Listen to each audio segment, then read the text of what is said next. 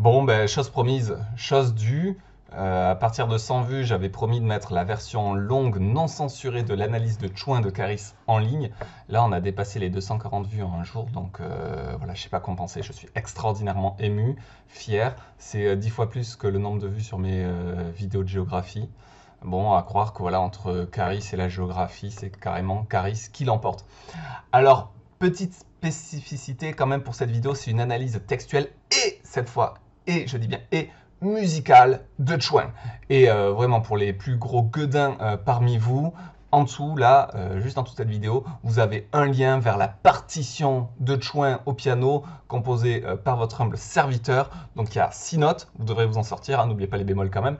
Donc même si vous avez séché vos cours de piano au conservatoire à partir de la 2e semaine, normalement ça doit rester quand même assez abordable. Sur ce, accrochez-vous les minous parce que ça va décoiffer. Donc cette analyse s'adresse aux élèves qui ont déjà vu Chouin de Caris. Si tu arrives sur cette vidéo que tu ne connais pas Chouin de Caris, va ailleurs. C'est que tu es encore une âme pure. C'est bien, je te félicite. Ne va surtout pas voir ce clip car tu n'y verras pas grand chose de très intéressant et profite de la vie tant que tu peux avoir encore un regard, on va dire, pur sur le monde. Caris, dont le texte est extraordinairement riche comme nous le verrons tout à l'heure, analysons la musique. Donc le thème est assez simple, il est composé de 6 notes. Sol, Do, Mi. Oui, je suis sérieux. Sol, Do, Mi. Je ne sais pas s'il y a un message derrière ces 3 notes, mais on est sur du Sol, Do, Mi bémol, puis La bémol, Ré, Fa. Ça fait ça.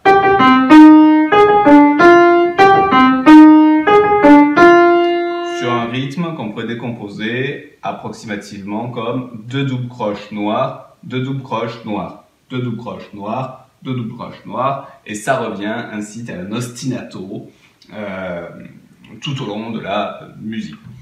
Alors cette tonalité, Si, Mi et La bémol, à la clé, c'est Do mineur, hein, c'est ça.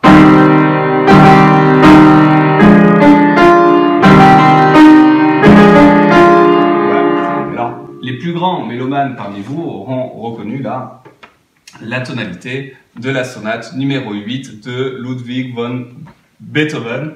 Prononcez-le germanique Beethoven, parce que si vous faites Beethoven, voilà, vous pouvez plus faire un surnom pour Caris.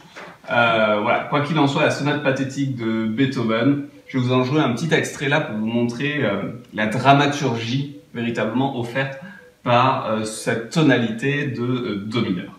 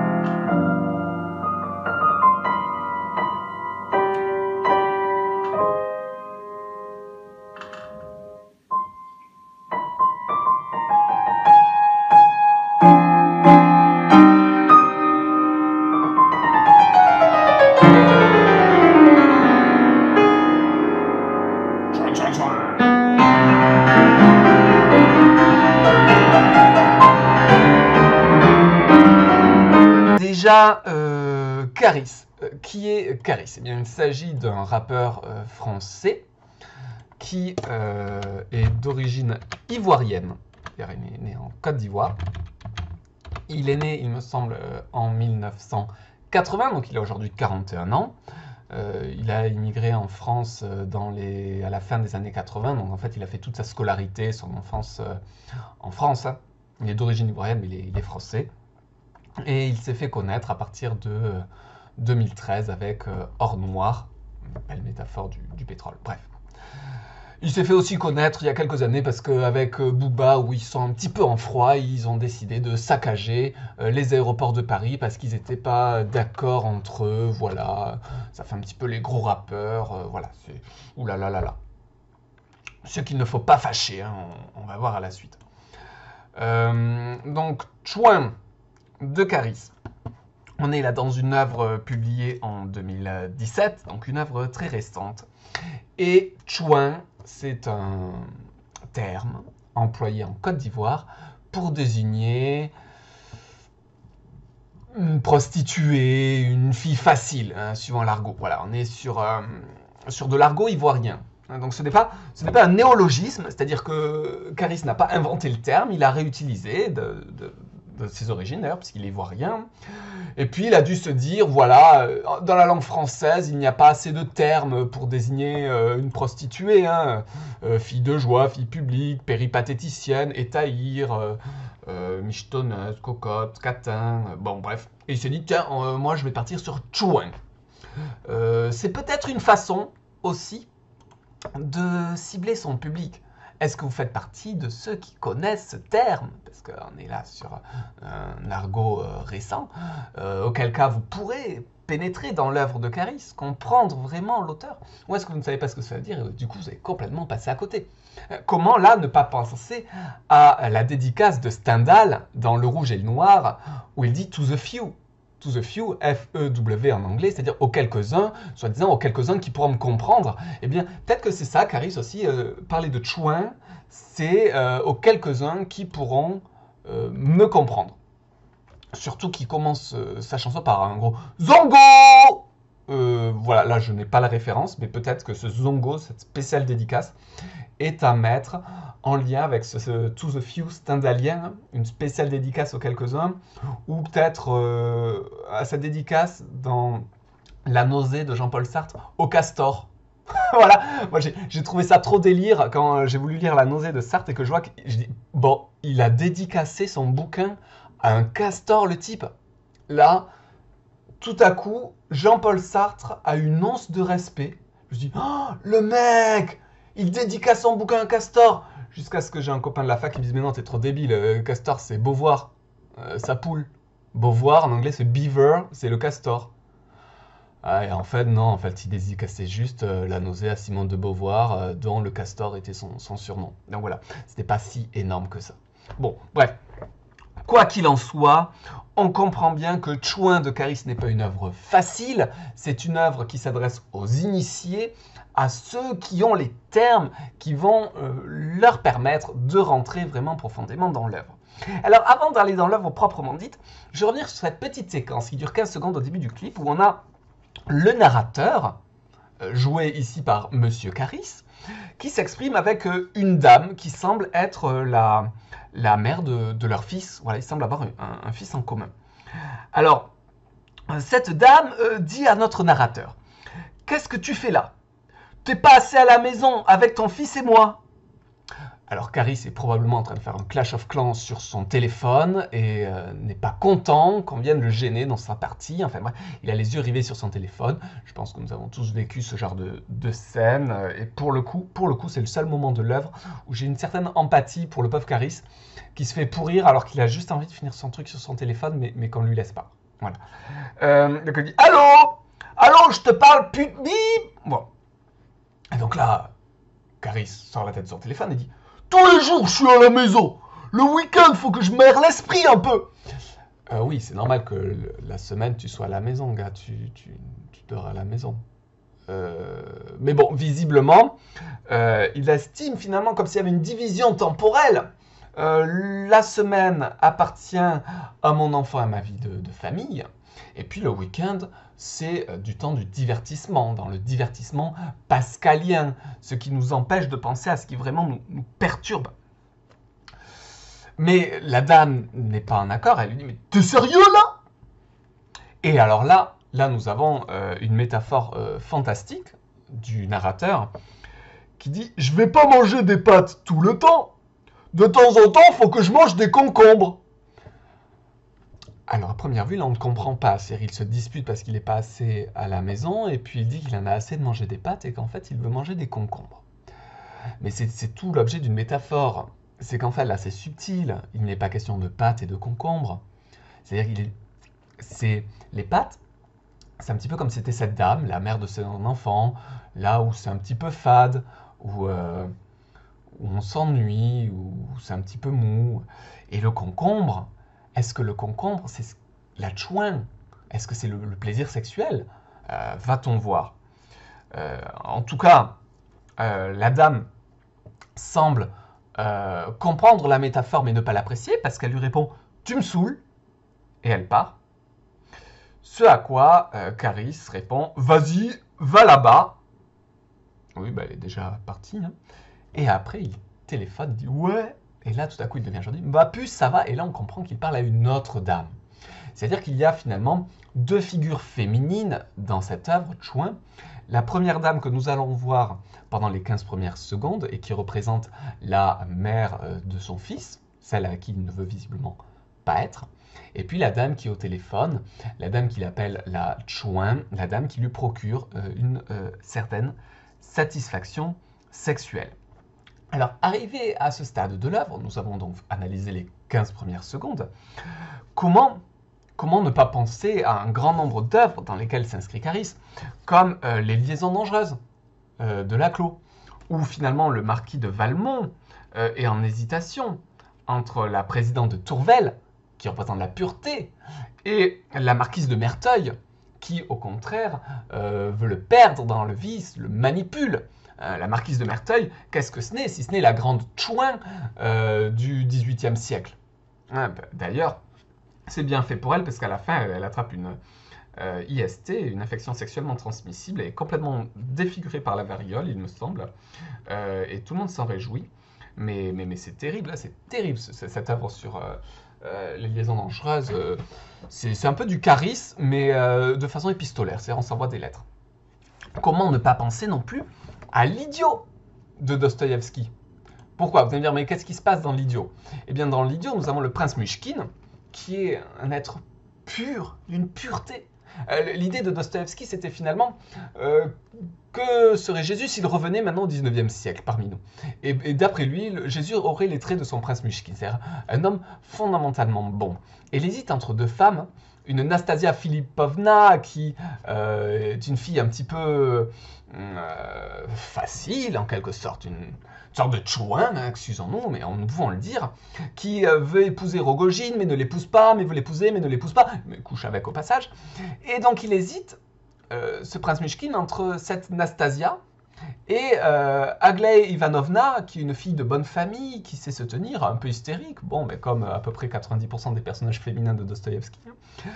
Et finalement, le prince Mushkin décide d'aller suivre Nastasia Filipovna, sachant que finalement elle ne lui apportera pas le bonheur, mais parce que selon lui, c'est elle qui souffre le plus. Voilà, donc on a cette question-là, ce duo entre une fille bonne et une fille qui ne l'est pas, et que choisir? Que choisir, en quelque sorte. Troisième référence littéraire à laquelle fait probablement référence Monsieur Caris, à la recherche du temps perdu. Alors, la recherche du temps perdu, c'est quoi? C'est un ouvrage de... Là, je l'ai en version pas poche du tout, parce que c'est 2401 pages. 2401. On sent vraiment qu'il a fait le gros pari. Est-ce que j'arrive à dépasser les 2400? Personnellement, moi, je me suis arrêté à la première partie, qui est du côté de chez Swann. On parle de Monsieur Swann, qui est amoureux d'une Odette, qui est une courtisane, une femme qui va lui ruiner sa réputation, qui va lui fermer de nombreux cercles. Mais finalement, Swann en est éperdument amoureux, ne pense qu'à elle, il finit par réussir à l'épouser. Et à la fin, voilà ce que dit Swann à la toute fin de cette partie du côté de chez Swann. Il dit « Dire que j'ai gâché des années de ma vie, que j'ai voulu mourir, que j'ai eu mon plus grand amour pour une femme qui ne me plaisait pas, qui n'était pas mon genre. » Si là, on n'a pas une belle définition aussi de ce que peut être une chouin dans la littérature, Voilà, moi je trouve ça véritablement fantastique. Alors j'avais dit que c'était la dernière référence littéraire, mais non, non, il y en a une dernière. Il y en a une dernière qui... Moi, quand je pense Chouin, je suis désolé, je pense Madame Bovary. Ah oui, Madame Bovary, c'est la Chouin de la littérature française. Pourquoi? Parce que, et on va y venir, c'est un lien avec le refrain. Le refrain, on va y venir. Parce que Madame Bovary, donc, c'est un petit peu bizarre, parce que vous lisez Madame Bovary de Flaubert, ça commence par Charles Bovary.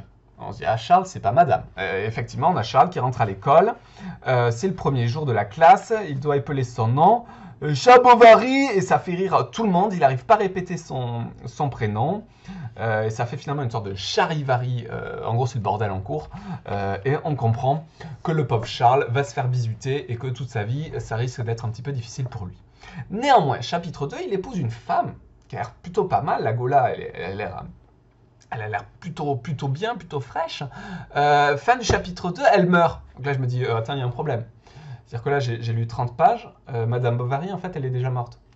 Et sauf qu'il se remarie. Et sa deuxième femme, qui est là, Madame Bovary, elle, c'est The Maxi Chouin. Pourquoi? Parce qu'est-ce qu'elle fait? Madame Bovary, c'est une femme qui, comme toutes les femmes un peu médiocres, méprise les autres et pense que du fait de mépriser les autres, elle en est du coup elle-même extraordinaire.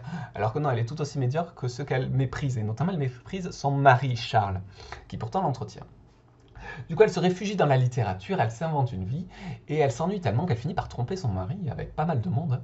Avec vraiment pas mal de monde, avec une scène assez énorme où elle est avec Léon, un clerc de notaire, où ils font l'amour dans un fiacre. C'est-à-dire dans une voiture qui est tirée par des chevaux. Ils font le tour de Paris comme ça, et font l'amour, ils font l'amour, ils font l'amour dans leur voiture. Caris, pour lui, l'équivalent, ce serait une limousine. Et c'est une scène que j'ai trouvée assez incroyable, et on a le Léon là qui sort la tête toutes les 20 minutes. Ah, continue! Voilà. Alors, quel est le rapport? Eh bien, c'est que non seulement Madame Bovary va tromper son mari, elle ne va pas s'occuper de son enfant, et en plus, elle va dépenser tout son pognon en s'endettant, en achetant plein de trucs, parce qu'elle est hyper matérialiste. Donc à la fin, Charles, il remarque qu'il est trompé par sa femme, que personne ne s'occupe de sa fille, et qu'il n'a plus du tout d'argent. Donc ça finit, c'est catastrophique, ça finit extraordinairement mal cette histoire. D'après mes souvenirs, même Madame Bovary se suicide, bon bref.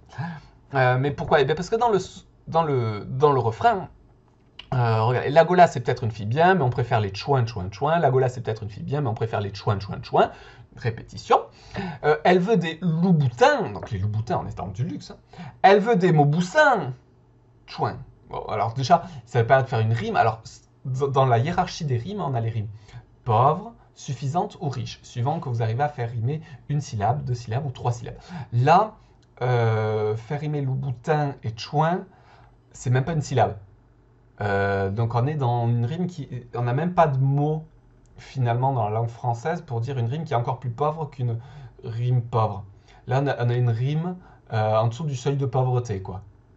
Bon bref, mais c'est le cas dans à peu près 90% des rimes de Monsieur Caris. Hein. En ce sens-là, il n'y a pas une maîtrise poétique quand même extraordinaire, ça m'embête de le dire, mais il faut quand même reconnaître une certaine faiblesse chez l'auteur de ce nouveau-là.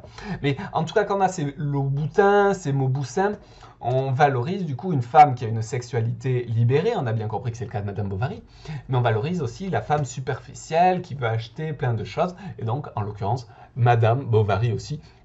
Je pense que c'est un clin d'œil de l'auteur à ce classique de la littérature française qu'il a probablement dû étudier parce que Caris est néanmoins titulaire d'un bac technologique. Il a même fait des études. Alors, il a dit dans une interview que finalement, il n'avait fait des études que pour toucher les bourses. Alors, les bourses, on peut l'interpréter de différentes façons. Le mot bourse, peut-être que c'est un coming out et qu'il voulait parler des bourses de ses camarades. Bref. Ou peut-être que juste il valorise l'idée que le savoir, les études, c'est pas très important et ce qui compte, c'est l'argent, c'est l'oseille, c'est le pognon. On va y revenir parce que c'est aussi quelque chose de fondamental dans l'œuvre de Caris. D'ailleurs, là vient le moment d'exposer mon plan. Dans une première partie, on va voir finalement en quoi Caris s'inscrit dans la figure du néo-romantisme, voilà, une sorte de nouveau romantique. Puis ensuite, dans une seconde partie, plus portée sur le fond, nous verrons en quoi nous avons une vision de la société qui est plutôt viriliste, consumériste et hédoniste. Alors, allons dans l'œuvre. Ça commence par Zango, chouin chouin chouin, chouin chouin chouin. Alors, là, on est dans quelque chose de très fort du point de vue littéraire, ce chouin chouin chouin. Parce que les plus grands mélomanes parmi vous auront reconnu une autre grande œuvre de Caris, le goulag, le goulag, le goulag, avec un triptyque, un ternaire. On reprend ce terme 3 fois. Alors, le goulag, 3 syllabes, la chouin chouin chouin, on est sur de l'impair. Paul Verlaine, probablement le plus grand poète français, disait de l'impair avant toute chose. Voilà, l'impair, c'est ce qui rythme, c'est ce qui fait l'instabilité, c'est ce qui fait la musicalité. Et d'ailleurs, Verlaine écrivait aussi un vers très célèbre, en alexandrin, de la douceur, de la douceur, de la douceur. Comment ne pas voir finalement dans ce chouin, chouin, chouin, une sorte d'opposé de la douceur, de la douceur, de la douceur. On est vraiment là dans quelque chose de très fort. D'un côté, finalement, l'appel de la lubricité, et de l'autre, au contraire, celui de la compréhension, de la douceur, d'une figure plus maternelle. Vous allez me dire, je vais loin, c'est peut-être une coïncidence. Je ne pense pas. Parce qu'allons chercher un autre grand poète de la langue française, Victor Hugo, dans Les Châtiments. Eh bien, si vous prenez le poème L'Expiation, où il y est question de la défaite de Waterloo, eh bien, que nous écrit Victor Hugo dans L'Expiation? Waterloo, Waterloo, Waterloo, morne plaine. Waterloo, Waterloo, Waterloo. Pour moi, c'est le même combat. Waterloo, Waterloo, Waterloo, de la douceur, de la douceur, de la douceur. Le goulag, le goulag, le goulag. Chouin, chouin, chouin. On a véritablement là un passage de Victor Hugo via Paul Verlaine à Caris, 3 grandes figures poétiques qui sont véritablement dans une continuité. Hein. Bon, alors ce chouin chouin chouin est succédé par l'agola. Alors l'ago, je suppose que c'est une façon de déterminer une fille, un terme que je ne connaissais pas non plus, beaucoup de néologismes, beaucoup de termes spécifiques, spécialisés, pourrait-on dire, dans cette œuvre, qui fait référence à ce que j'ai déjà dit, mais ce to the few stendhalien, hein, c'est-à-dire que c'est vraiment pas accessible, hein, il va falloir se battre. Comprendre une œuvre de Caris, pour moi, c'est à peu près du même niveau de difficulté que de lire Être et temps de Heidegger. Savoir qu'Heidegger, je me suis arrêté à la page 12. Bref. Alors, l'agola, c'est peut-être une fille bien, mais on préfère les chouin chouin chouin. L'agola, c'est peut-être une fille bien, mais on préfère les chouin chouin chouin. On est vraiment dans cette opposition avec 2 figures féminines. Celle qui est une fille bien, qui se respecte, et puis celle qui a une sexualité plus débridée, et qui est celle qui est là, dans cette œuvre, valorisée. Hein, on est dans... est-ce que c'est la marquise de Merteuil, des Liaisons dangereuses, hein, auquel cas la chouin, ou est-ce que c'est la présidente de Tourvel, la fille bien. Voilà. Alors après, elle veut le boutin, elle veut mon boussin, vrai ou faux sein.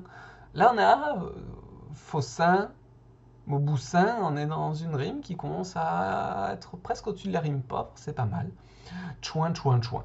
Puis bon, les seins, un attribut féminin. On va voir qu'il y a beaucoup d'attributs féminins qui sont mis en valeur, mais justement un problème lié...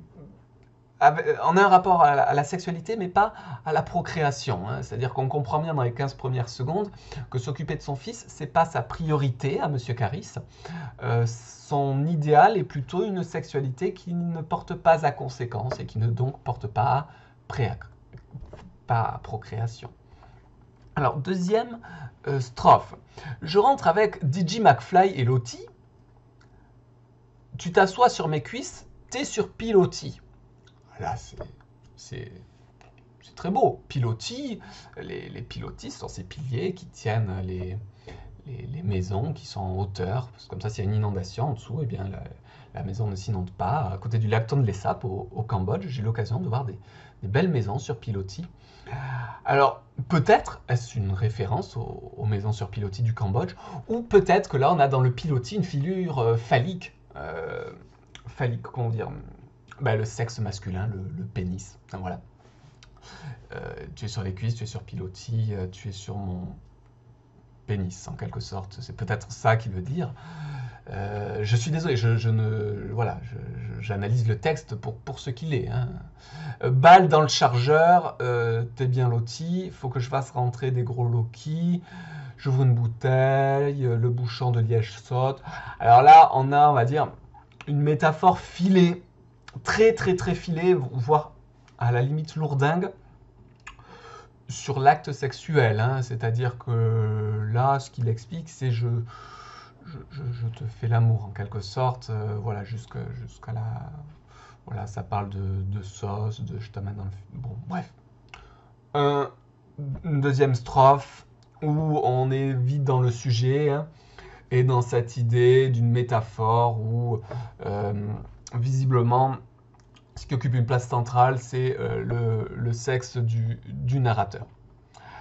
Alors, une troisième strophe un peu plus audacieuse, même si on reste encore sur cette dynamique du phallus, parce que c'est quand même probablement ce qui constitue à peu près 90% de l'œuvre. Hein. L'idée, j'ai un phallus, je suis très heureux de ce phallus et j'ai envie de m'en servir avec une dame que je considère comme une chouin.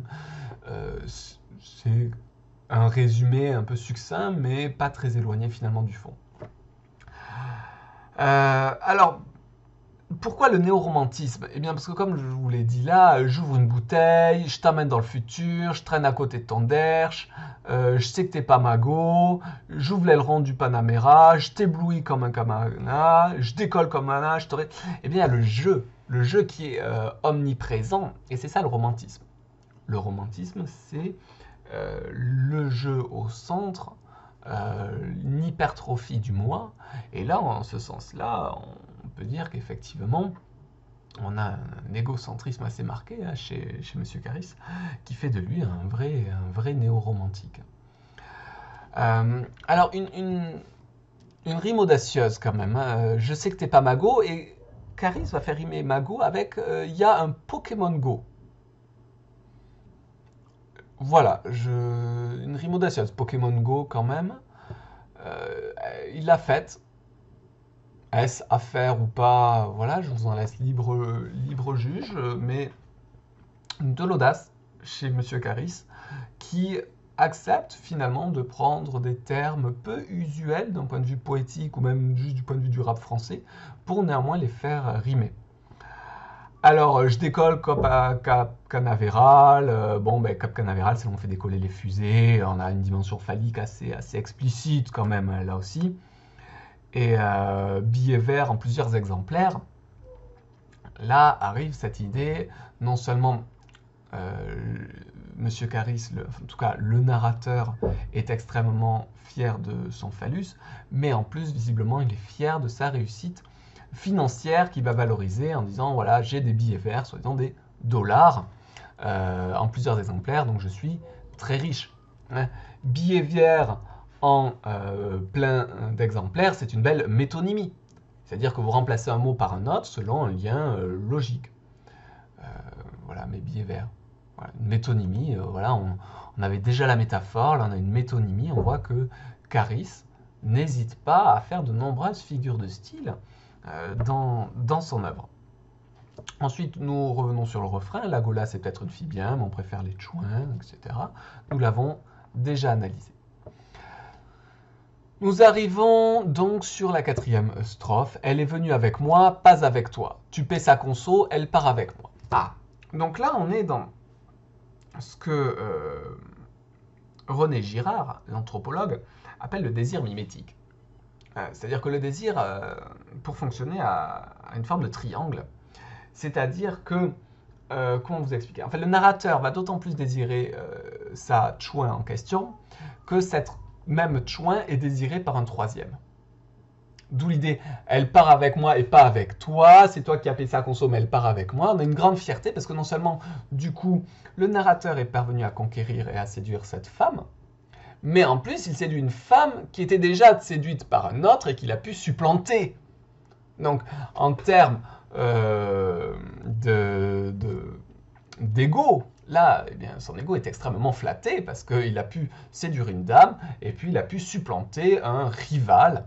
Comment là ne pas penser à cette scène introductive du Rouge et du Noir de Stendhal, où justement deux familles se battent pour avoir le même précepteur, et parce qu'un précepteur est réclamé par une famille, eh bien la deuxième famille va payer encore plus cher pour l'avoir.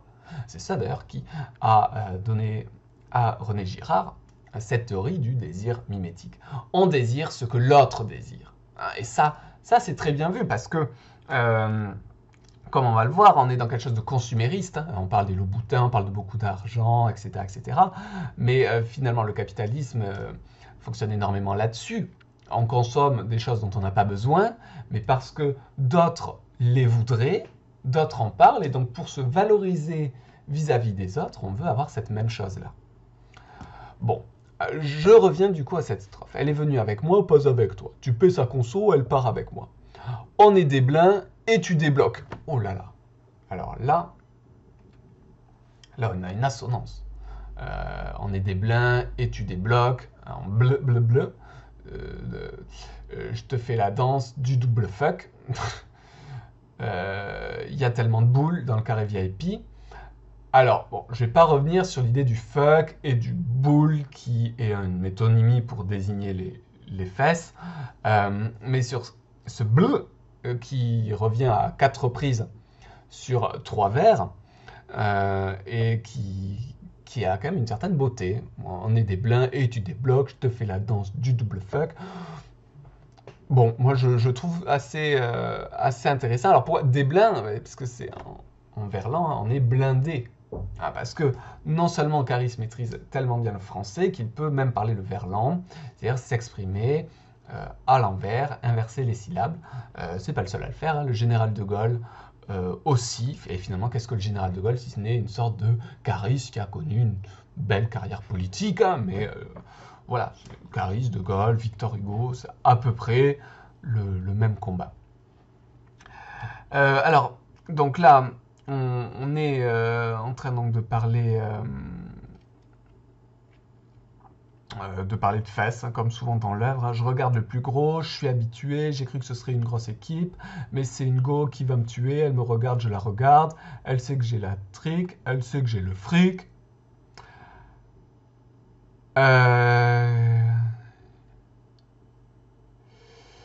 Bon, là on a un dicasyllabe, hein, avec une belle césure au milieu. On fait 5 et 5, et en plus on fait rimer la césure avec la fin du vers. Donc en soi c'est pas mal. Elle sait que j'ai la trique, elle sait que j'ai le fric. Surtout qu'elle sait que j'ai la trique, et comme ensuite vous partez sur une voyelle, le L, vous n'êtes pas obligé de marquer le E muet qui vous aurait tué votre métrique et vous auriez fait 6 syllabes. Elle sait que j'ai la trique, elle sait que j'ai le fric. Ça marche pas. Mais du fait de la voyelle qui suit trique, eh bien vous n'êtes pas obligé de marquer le E. Ça, c'est pas mal. Donc, ça fait elle sait que j'ai la trique 5, elle sait que j'ai le fric. Après, moi, je trouve ça dommage, cette contraction. Alors, oui, il y a peut-être le code du rap français, mais sinon, elle sait que j'ai la trique, elle sait que j'ai le fric. Et là, on est sur un alexandrin, bonhomme. Un alexandrin avec une césure, t'étais presque comme si, en fait, Caris snobait la grande littérature et montrait, voilà, faire un alexandrin facile, je vous le fais comme ça, césure, je fais tout rimer, extraordinaire. Et poum, je casse le que j'ai pour un que j'ai, pour vous montrer que je fais ce que je veux. Voilà. Moi, je trouve ça très audacieux. Alors,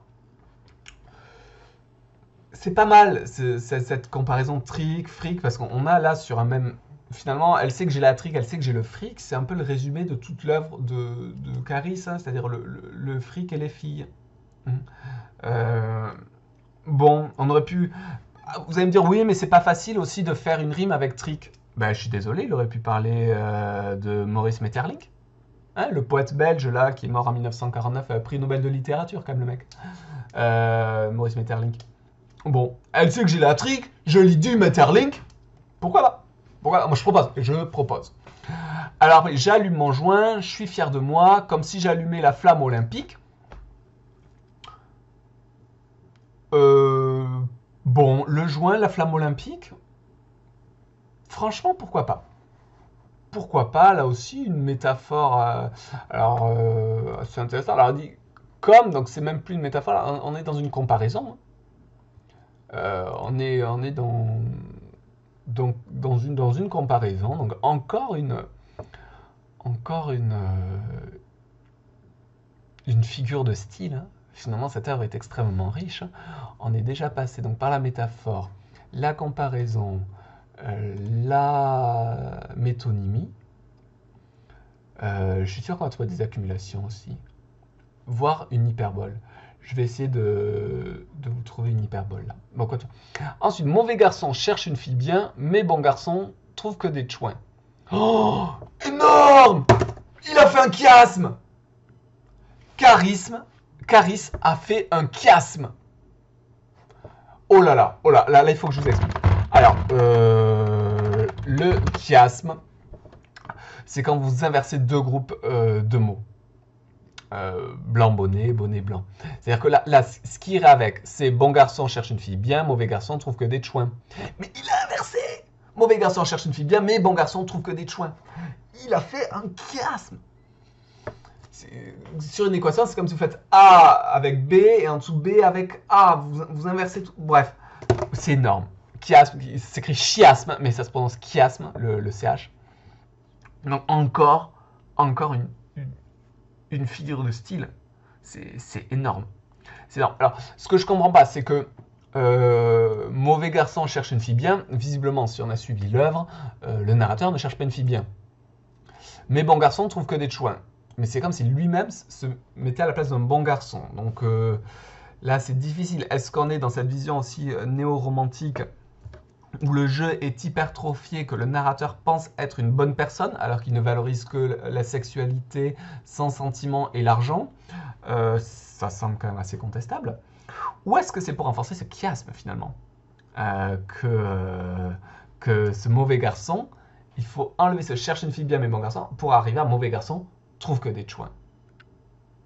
Si on remet le chiasme dans l'ordre. En tout cas, chapeau. Chapeau là pour cette figure de style. Cette idée finalement hein, que c'est pas mal. Alors ça me fait penser à autre chose, un autre livre, L'arrache-cœur de Boris Vian, où on a une mère qui est complètement focalisée sur ses enfants, un petit peu hein, comme cette femme dans les 15 premières secondes là, qui lui dit t'es pas assez à la maison avec ton fils et moi, et qui finalement est tellement obsessionnée avec ses enfants que crée une cage avec des barreaux d'or pour pas qu'ils s'enfuient. Et l'homme, qui s'appelle Angel, réagit en partant sur un voilier. Et finalement, L'arrache-cœur, c'est un roman où les femmes rêvent de barreaux et les hommes de voiliers. Et que veut Caris, si ce n'est un voilier, le fait de voguer, être libre sur les flots, partir à l'aventure, à la conquête des femmes, qu'il appelle des chouins. Bon, c'est un peu contestable, mais vous voyez l'idée quand même. Alors, bon, on est quasiment à la fin. Il dit Tongala, c'est une grosse victime. Il tiendrait pas une seconde dans le zoo. Tout est falche. Il prend de la créatine. Il a des putains de boutons dans le dos. Lâche-moi ce charclos. Prends un dozo. T'es qui a graille dans mon vaisseau. On est probablement sur cette idée du désir mimétique. Où le narrateur, pour séduire cette dame, va donc dévaloriser l'autre homme, le charclos, le clochard. Alors, des boutons dans le dos, parce qu'il est un adolescent, il a sa puberté, peut-être, je sais pas. Grosse victime, ça me fait penser à Charles Bovary, l'idée de grosse victime, ça j'aime beaucoup.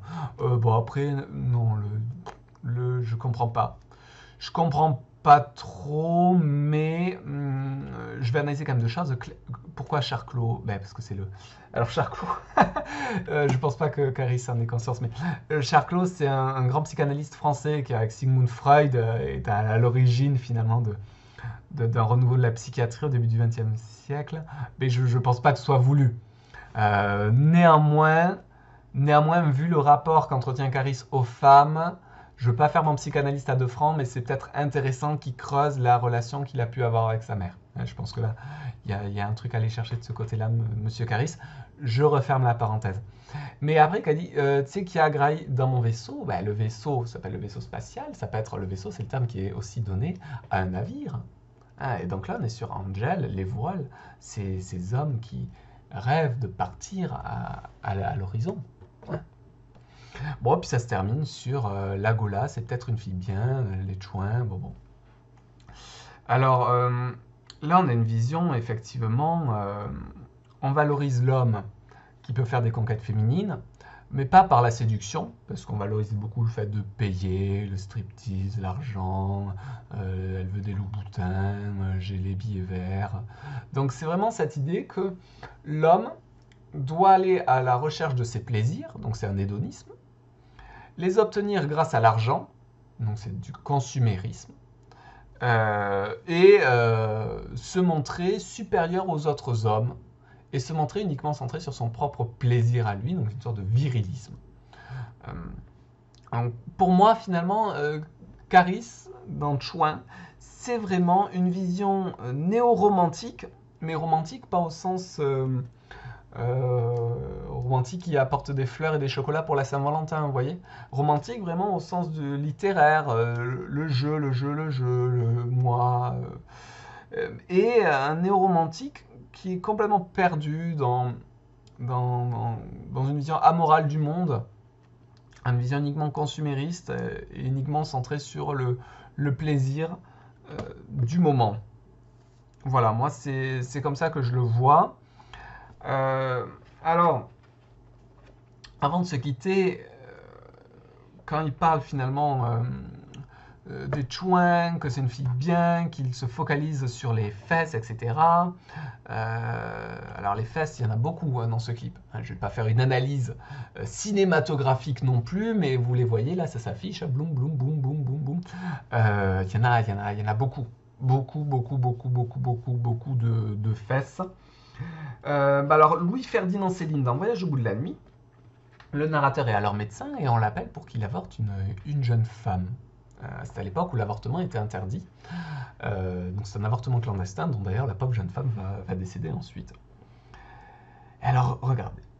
Cette cliente-là qu'il m'indiquait, je la connaissais bien avec son bassin large, ses belles cuisses longues et veloutées, sont quelque chose de tendrement volontaire et de précisément gracieux dans les mouvements qui complètent les femmes bien balancées sexuellement. Mais c'est énorme! Mais là, Caris, il peut se rhabiller. Là, il est rhabillé pour l'hiver, Caris. Attendez, parce qu'il nous fait 4 minutes à parler des chouins. Louis-Ferdinand Céline, en une phrase, il en donne une définition à peu près 1 milliard de fois plus pertinente. Je reprends la phrase. Sont quelque chose de tendrement volontaire et de précisément gracieux dans les mouvements qui complètent les femmes bien balancées sexuellement. C'est énorme. À la suite. Fallait voir comme elle était solide et bâtie, avec du goût pour les coïts, comme peu de femelles en ont. Le coït, c'est le rapport sexuel. Bon, je ne vais pas la faire, mais bien balancée sexuellement. Je trouve ça, cette phrase assez incroyable. Bref, ceci était donc une analyse de texte de Chouin de Caris. Alors, je ne sais pas si ce sera au bac cette année. Voilà, je ne sais pas si l'analyse était assez pertinente ou pas. Je parle beaucoup parfois.